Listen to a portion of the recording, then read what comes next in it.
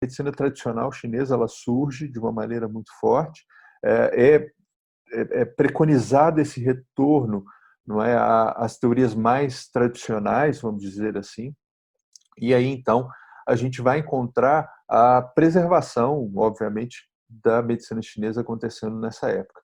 Do ponto de vista da acupuntura, a gente tem uma grande difusão, em especial para o Ocidente, e isso vai acontecer na década de 70, por conta dessa reabertura da China, não é? Entre o fechamento na época comunista até essa reabertura que inicia mais ou menos aí na década de 70, e o grande interesse por conta de alguns resultados interessantes, em especial em termos da analgesia, que despertaram quando da visita do presidente dos Estados Unidos, o Nixon, à China nessa mesma época. Então, alguns resultados em termos de uma analgesia feita em uma pessoa da comitiva especificamente fizeram com que as pessoas tivessem um olhar para a acupuntura muito, muito interessante. E aí começaram então as pesquisas para entender o mecanismo que estava ali por trás dessa técnica, né? O desenvolvimento de materiais estoura, eu acho que é o grande pico de desenvolvimento do ponto de vista do uso de tecnologias para fazer com que os materiais de acupuntura cheguem mesmo a um nível de excelência. Hoje a gente tem aí agulhas que são feitas de metal, de aço médico, aço cirúrgico, que eu acho que são super interessantes, descartáveis, não é? Hoje em dia, por conta das questões todas de higiene, mas em termos de tecnologia muito mais desenvolvidas que eu acho que em qualquer outra época, né? E também nessa época começa a acontecer uma coisa interessante, que é a medicina chinesa começa a se abrir também para as interações e para o desenvolvimento tecnológico que está acontecendo no Ocidente. Então, começa a se agregar, nesse momento, técnicas que não são naturalmente ou tipicamente oriundas da medicina chinesa, mas sim vão sendo combinadas com o passar do tempo nessa condição. O aparecimento, por exemplo, da estimulação elétrica de uma maneira mais sistematizada para o estímulo de certas condições de saúde é incorporado à medicina chinesa, na eletroacupuntura.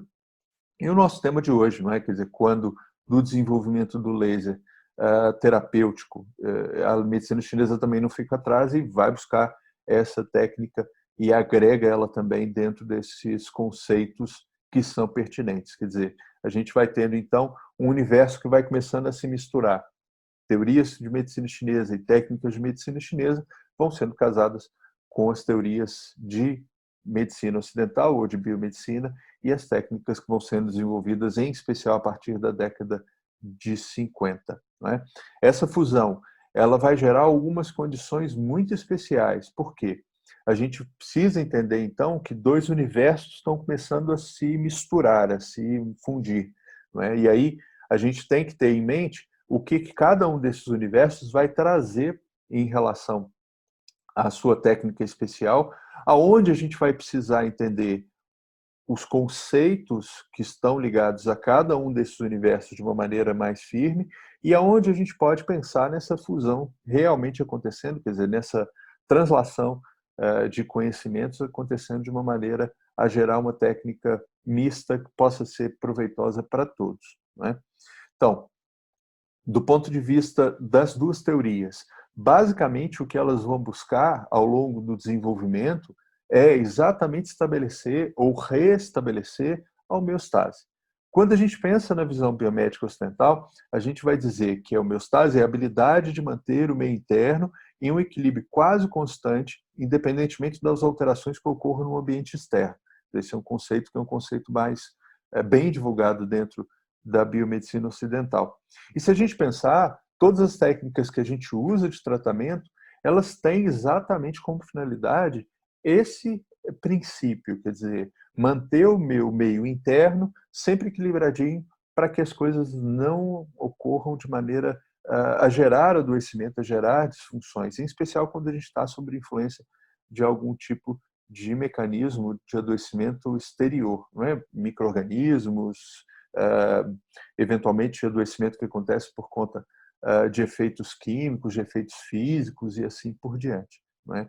Então, restabelecer ou manter essa homeostase é um dos principais objetivos quando a gente fala da estimulação terapêutica que acontece por conta da medicina ocidental ou da biomedicina ocidental.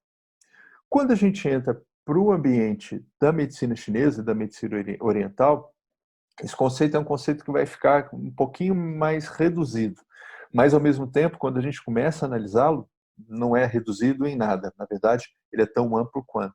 Quer dizer, para a medicina chinesa, o equilíbrio entre o yin e o yang vai ser exatamente o que estabelece a homeostase. E aí, sem me alongar muito em termos do que é yin e yang, das teorias todas que estão envolvidas em torno disso, o que a gente pode pensar é que yin e yang são duas forças naturais que fazem equilíbrio entre si, exatamente para manter uma condição de unicidade, de um elemento que vai ser único. Quer dizer, se a gente pensa de uma maneira muito filosófica, o nosso dia, as 24 horas que compõem o nosso dia, vão ter dia e noite, manhã, parte clara, e noite, parte escura. Isso gera uma unidade. E aí, obviamente, para cada uma das circunstâncias que a gente está envolvido, tem de existir um equilíbrio entre essas duas coisas. Quer dizer, se a gente está no verão, eu vou ter muito mais exposição solar, o meu dia é mais forte, é mais calor, e assim por diante, enquanto a noite é menos fria, mas ainda assim é mais escura. Se eu estou no inverno, o meu dia é mais curto, a meia-noite é mais longa, o frio prevalece, e eu vou tendo alternância entre esses dois elementos para que eu tenha, então, um equilíbrio, que é o equilíbrio diário. Né? Se a gente pensa, já que eu falei de verão e inverno, ao longo de um ano, esse mesmo elemento ou esse mesmo fenômeno vai acontecer. Então, a gente vai continuar tendo, né, uma fase onde o yang, o calor, a claridade é muito mais intensa, e uma fase onde o yin, o frio, e a escuridão é mais intensa. Luiz, mas o que isso tem a ver, então, com a saúde e o ser humano? A ideia do chinês é que essas filosofias todas ligadas ao yin ou ao yang, todas essas características ligadas ao yin ou ao yang, elas podem ser transportadas para o nosso corpo. Quer dizer, a gente teria uma condição yin e uma condição yang dentro do nosso organismo. Né? A gente pode, como eu disse, transpor isso para vários elementos de uma maneira simples. Eu acho que a gente pode pensar aqui em duas coisas. Nosso corpo precisa de matéria, substrato, para que ele exista. Mas, ao mesmo tempo, ele precisa de atividade, ele precisa de energia, ele precisa de metabolismo ativo para que essa matéria tenha movimento. Então, aqui a gente tem novamente Yin e Yang.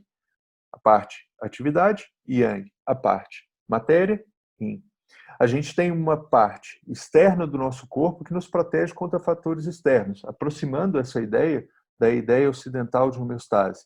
Enquanto a gente tem uma parte interna que faz com que esse equilíbrio consiga acontecer de novo em Yang. Quer dizer, existe todo um mecanismo defensivo dentro do nosso corpo, mais Yang, enquanto eu tenho uma parte mais Yin, uma parte mais substância, quer dizer, sangue, tecidos e assim por diante, que faz esse contrabalanço para que essa ideia de equilíbrio possa acontecer também. Quer dizer, a gente pode aqui ampliar o nosso pensamento e colocá-lo de forma muito, mesmo amplificada. Vale a pena, para quem não conhece, estudar um pouquinho mais sobre teorias de medicina chinesa para aprofundar esses conceitos.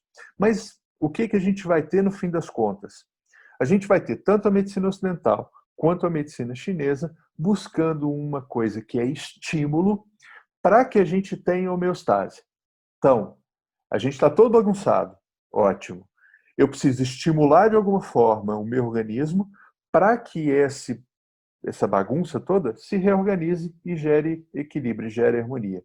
Seja pelo princípio da fisiologia ocidental, ou seja pelo princípio da fisiologia oriental.